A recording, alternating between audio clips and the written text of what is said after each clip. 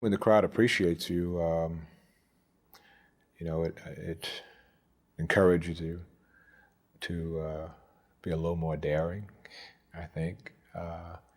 That's probably what the home court advantage is all about.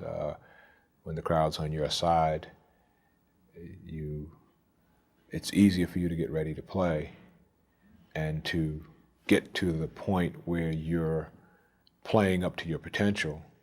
And generally, you'll have more players on the home team playing up to their potential than on the road team, because people react adversely to and talented people, and all professionals are talented, sometimes react adversely to being booed or jeered or, going into a foreign arena. And it takes them a little longer to get focused and to reach their full potential and to get into stride, get into sync.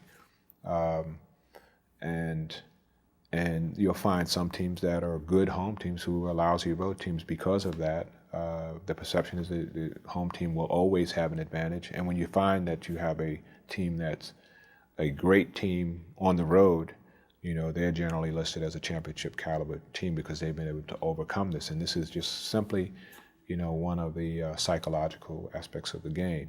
There's physical, there's mental. And then there's a psychic side to sports, which a lot of people write about and very few people study.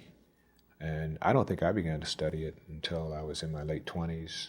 And so the last 8 or 9 years of my career, I spent more time into learning about the psychic side of sports, because that's where there was a greater learning curve available for me versus trying to physically jump higher or shoot straighter or run faster, because that wasn't really going to happen.